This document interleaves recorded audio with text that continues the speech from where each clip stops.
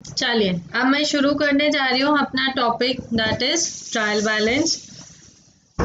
ठीक है, थोड़ा बहुत डिले हो जाता है आज, उसे माइंड कर मत किया करो। ठीक है, trial balance, rectification of errors and adjusting and closing entries की अगर मैं बात करूँ तो अब हम इसे पढ़ने आ जाइए बुक के पेज पे।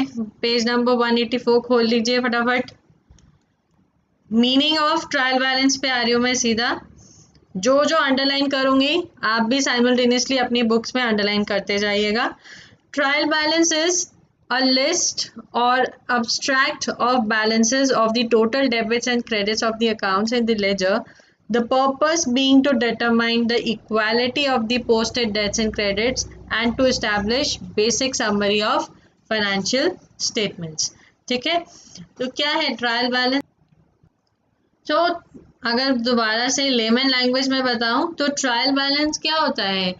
एक जिस्ट यानी कि एक प्रिसाइज फॉर्मेट जो आपको बताता है डेबिट्स के टोटल क्या है और क्रेडिट्स के टोटल क्या है और वेदर दोनों साइड का बराबर है बैलेंस या नहीं। अगर बैलेंस बराबर नहीं है तो कहाँ आपने एरर किया है उसे चेक करो और उसे दोबारा से रेक्टिफाई करो। ठीक है, देन सिंपल डेफिनेशन क्या कहती है कि trial balance is a statement showing debit and credit balances taken from the ledgers including cash and bank balance on a particular date. एक पर्टिकुलर डेट पे ये जो है ट्रायल बैलेंस बनाया जाता है। It is not a part of your final accounts or an part of accounting. It is what? It is just a simplification of the ledgers and the journal entries जो हमने पास की हैं और उन ledgers का जो डेबिट और credit balance है उसे हमने ट्रायल बैलेंस के डेबिट साइड में डेबिट बैलेंसेस लिख दिए और क्रेडिट साइड में क्रेडिट बैलेंसेस लिख दिए। ठीक है, देन हम बात करते हैं next features and purpose of trial balance. अब ट्रायल बैलेंस करता क्या है? तो सबसे पहला काम जो ट्रायल बैलेंस का है वो क्या है?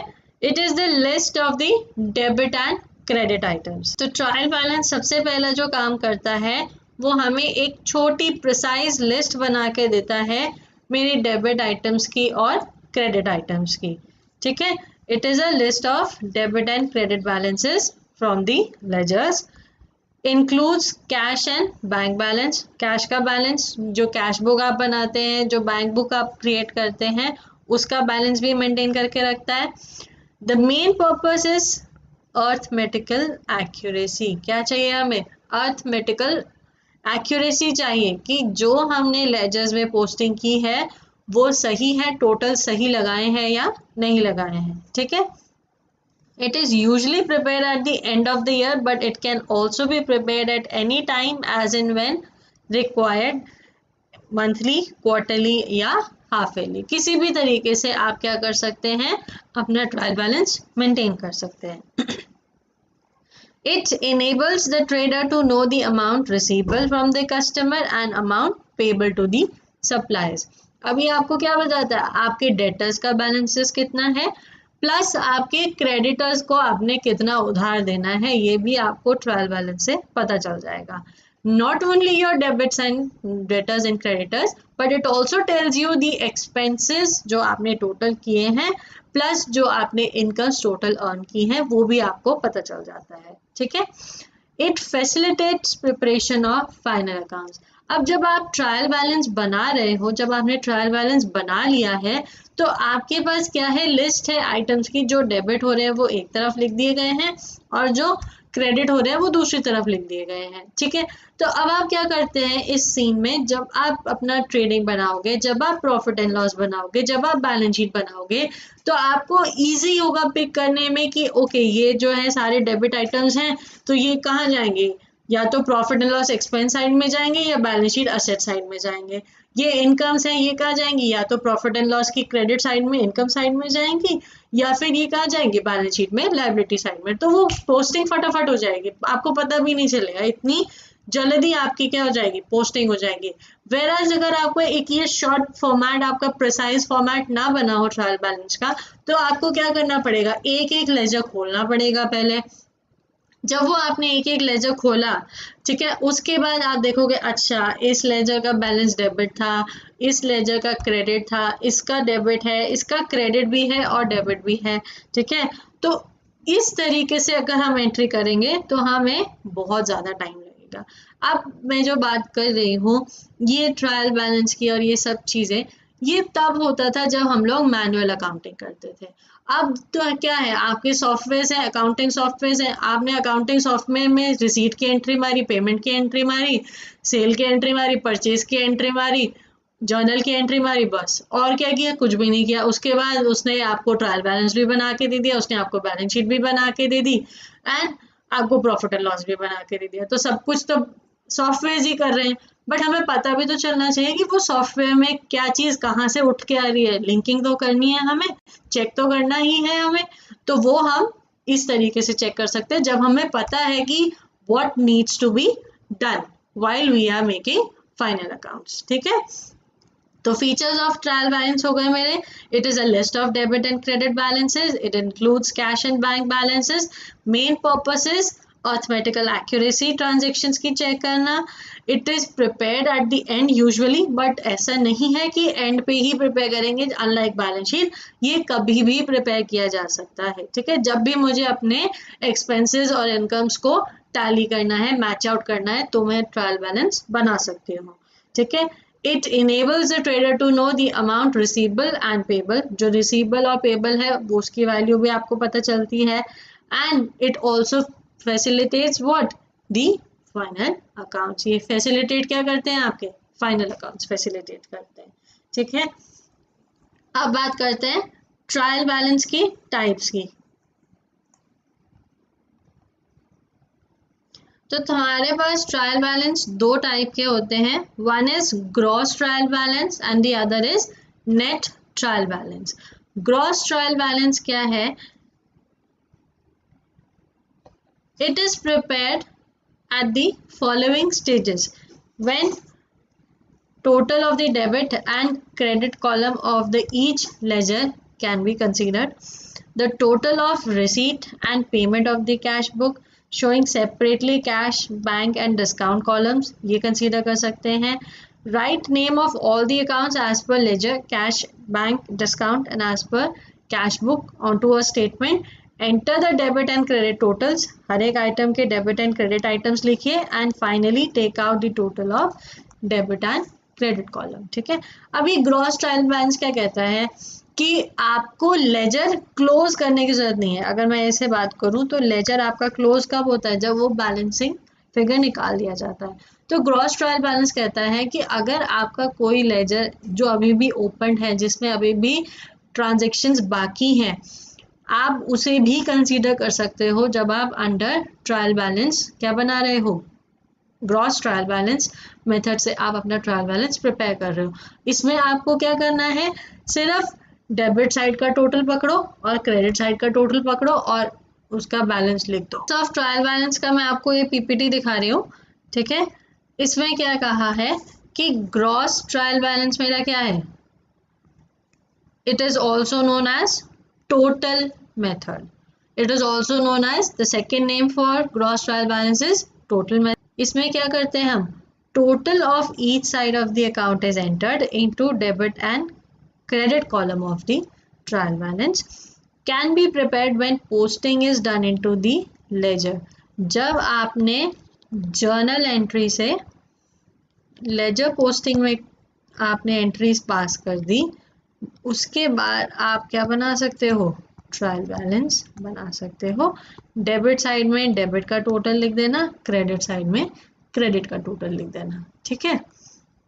Then it consider all accounts of the ledgers, यहाँ पे जितने भी आपने लेजर्स खोले हैं 100 200 300 400 उन सब के बैलेंसेस कंसीडर कर लेगा वो, ठीक है। Then is net trial balance. Net trial balance is the second way of preparing a trial balance. It is known as balance method. Unlike total method, ये वाला जो मेथड है ट्रायल बैलेंस प्रिपेयर करने का, ये आप ऑल द टाइम फॉलो नहीं कर सकते, क्योंकि इसमें और उसमें डिफरेंस क्या है, only debit and credit balances entered separately in 2 columns, ठीक है। वहां पे तो क्या था, पहले वाले में था टोटल ऑफ ईच साइड, मतलब डेबिट साइड का टोटल किया और क्रेडिट साइड का टोटल किया। तो आपने क्या किया, कैश डेबिट में भी लिख दिया और कैश क्रेडिट में भी लिख दिया, अगर ग्रॉस मेथड से आप चल रहे हो। बट अगर आप नेट मेथड से चल रहे हो तो सिर्फ एक ही बैलेंस आएगा। कैश इज एन असेट, हमेशा डेबिट बैलेंस होना चाहिए। Not talking as a point of a banker, I am talking at the from the view point of a accountant, ठीक है। अकाउंट्स के व्यू पॉइंट से अगर बात करूं तो cash is always an asset for me, assets always have a debit balance, so it should be written on the debit side of the trial balance। तो net method में क्या करना है, सिर्फ एक बैलेंस लेना है, either it will be debit और it will be credit. Gross method की तरह दोनों तरफ से उसे नहीं लेना है। Then can be prepared only after all the ledgers are balance, जब मेरे सारे लेजर्स जो मैंने ओपन किए थे, जब सारे लेजर्स क्लोज हो जाएंगे, सबकी बैलेंसिंग फिगर्स निकल के आ जाएंगी, तभी हम क्या कर सकते हैं, नेट ट्रायल बैलेंस प्रिपेयर कर सकते हैं। ग्रॉस तो कभी भी प्रिपेयर कर लो, बट नेट उसी टाइम होगा जब आपके लेजर्स क्लोज हो जाएंगे।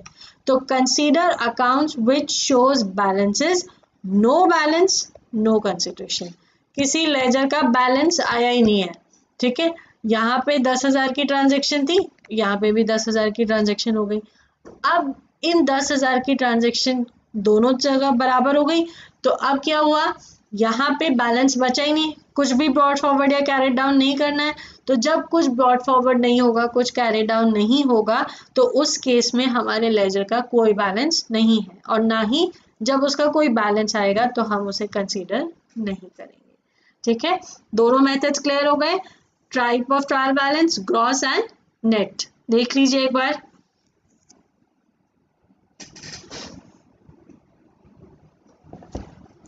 अब आपकी बुक पे आ जाइए। बुक का ये एग्जाम्पल है आपका, इस एग्जाम्पल को देखते हैं। ये एग्जाम्पल कौन से मेथड का है, ये ग्रॉस ट्रायल मेथड का एग्जाम्पल है, ठीक है। ये कहता है कि 31 मार्च को the total of the debits and credit side of the various ledger accounts and receipts and payments of cash and bank column of mister भगवान दास आर एज अंडर, ठीक है। पूरा क्वेश्चन नहीं पढ़ रही हूँ, जस्ट आप एक बार गो थ्रू कर लीजिए। 5 सेकेंड्स दिया आपको पढ़ने के लिए, पढ़ो फटाफट क्वेश्चन। देखा, अब इसे इसका सॉल्यूशन पे आ जाते हैं। देखिए, ग्रॉस ट्रायल बैलेंस मैंने आपको क्या बताया कि हमने टोटल उठाया एक लेजर का, डेबिट साइड का और क्रेडिट साइड का। अब हमने क्या देखा कि भगवान दास की जो कैपिटल है उसमें डेबिट बैलेंस भी आ रहा है और क्रेडिट बैलेंस भी आ रहा है, जबकि मेरे को पता है कि capital is what, a liability. Liability है तो उसका बैलेंस क्या होना चाहिए, क्रेडिट होना चाहिए।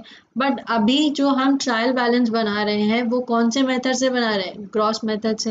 एंड ग्रॉस मेथड से जब ट्रायल बैलेंस बन रहा है तो दैट मीन्स लेजर अभी क्लोज डाउन नहीं हुआ है, बैलेंसेस निकल के नहीं आए हैं।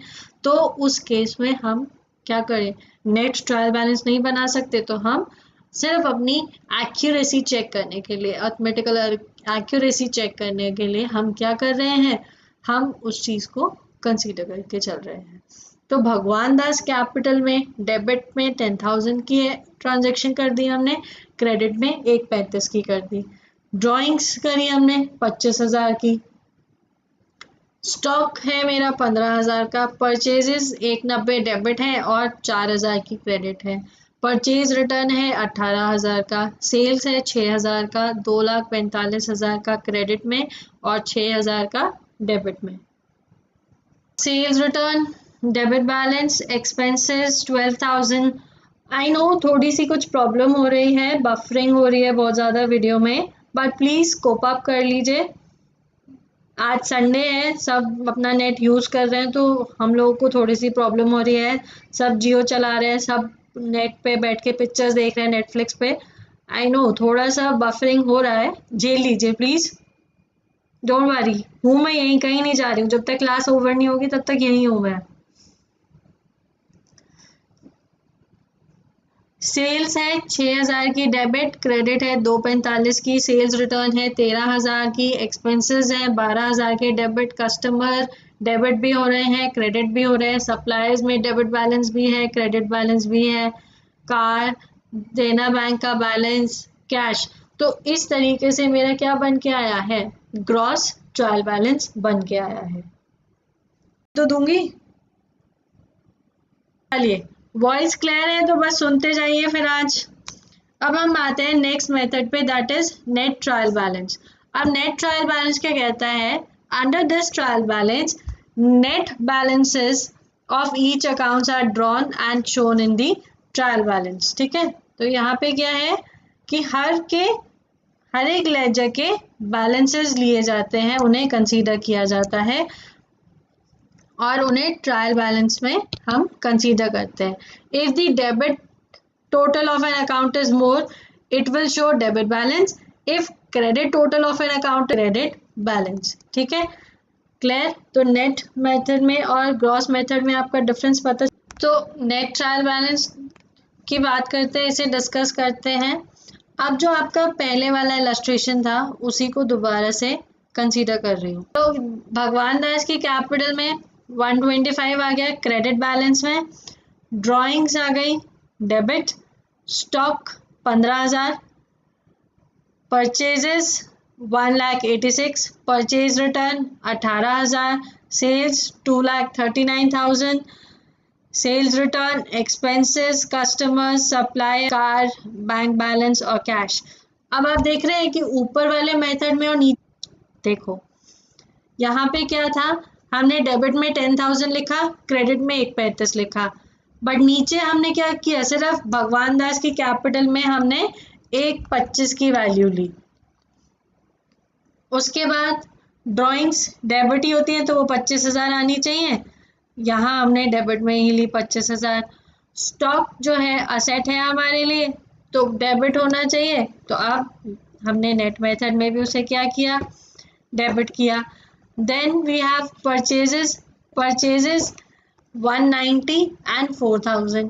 अब हमने यहाँ पे क्या कर दिया, परचेजेस ले ली 186 की। तो डिफरेंस पकड़ पा रहे हो आप लोग नेट मेथड में और टोटल ग्रॉस मेथड में?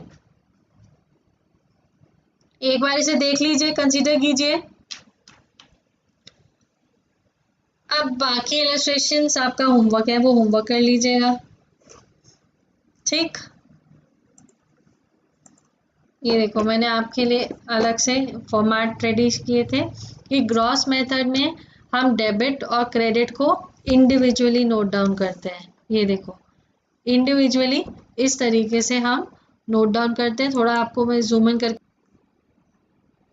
ये देखिए, और क्रेडिट, ड्राइंग्स, स्टॉक, परचेजेस, ये सब अलग अलग ग्रॉस मेथड में, और नेट मेथड में क्या हो गया, ये चेंज हो गया।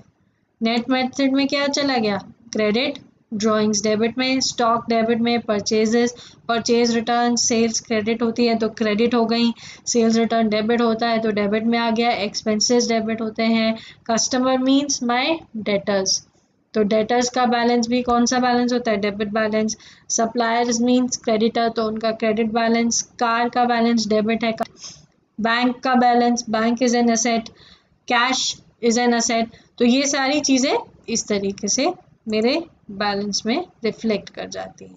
ठीक है, coming back to the book again. अब बात करते हैं नया, और वो ट्रायल बैलेंस क्या हो गया, डिसएग्री कर गया। डिसएग्री मीन्स टैली नहीं किया, एक्सपेंसेस और इनकम्स जो हैं आपस में मैच नहीं कर रही है। The debit side and the credit side of the trial balance is not matching up. तो that is what, that is a condition of disagreement of trial balance.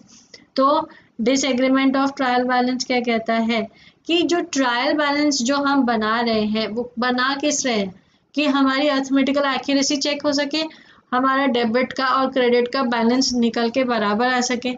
But जब वो बराबर ही नहीं आ रहा, हमारा लेजर टैली नहीं हो रहा, तो दैट मीन्स हम गलती कर रहे हैं कहीं, हमें पता ही नहीं है कि हम ट्रायल बैलेंस में क्या देखना चाहते हैं। ठीक है, और उसका बैलेंस आ ही नहीं रहा है। दोनों साइड का अगर टोटल लगा रही हूँ तो कभी 10,000 से कम हो जाता है, कभी 20,000 से शॉर्ट हो जाता है, कभी 1,000 से शॉर्ट हो जाता है। ऐसा मैंने कौन सी एंट्रीज पास कर दी जो मुझे दिख ही नहीं रही हैं, क्या करूं? तो अब वो जो डिसएग्रीमेंट ऑफ ट्रायल बैलेंस है वो किसकी वजह से है? वो है ड्यू टू एरर्स। जो मैंने एरर्स किए हैं, कमिट किए हैं, जानबूझ के नहीं किए, कुछ एरर्स हैं जो गलती से हो जाते हैं, या कुछ एरर्स इसलिए हो गए क्योंकि मेरे फंडामेंटल्स क्लियर नहीं थे। तो अब उन फंडामेंटल्स को क्या कर लूँ? क्लियर कर लूँ। तो क्लासिफिकेशन ऑफ एरर्स की मैं बात करूँ अगर, तो ट्रायल बैलेंस में errors can be divided into two types. One is clerical error and the other is principle error. इसे मैंने और थोड़ा सा सुंदर तरीके से आपको बना के दिखाया ताकि आपको याद रहे। बुक तो थोड़ी बोरिंग सी है ना, इसमें देख लो, पीपीटी में देख लो, याद रहेगा। The reason why trial balance doesn't agree are mentioned here under. First is the type of error. पहला क्या है? टाइप ऑफ एरर है, जिसकी वजह से या जिस तरीके से हमारे क्या होते हैं, ट्रायल बैलेंस में डिफरेंसेस आते हैं। तो वो एरर क्या है? First is my clerical error. First is what? My clerical error, and then is what? My principal error. अब क्लरिकल एरर की बात करूं तो वो तीन तरीके के होते हैं: error of commission, error of omission and compensating error. Error of commission क्या है, एरर ऑफ ओमिशन क्या है, कॉम्पनसेटिंग एरर्स क्या है, डिस्कस करते हैं one by one. Error of omission is transactions when are not recorded either partially or completely. जब हम ट्रांजेक्शन, या तो हम पूरी की पूरी ट्रांजेक्शन फॉरगो कर गए, हमने पूरी ट्रांजेक्शन नहीं लिखी, या फिर हमने क्या किया, एक एस्पेक्ट लिखा और दूसरा एस्पेक्ट भूल गए।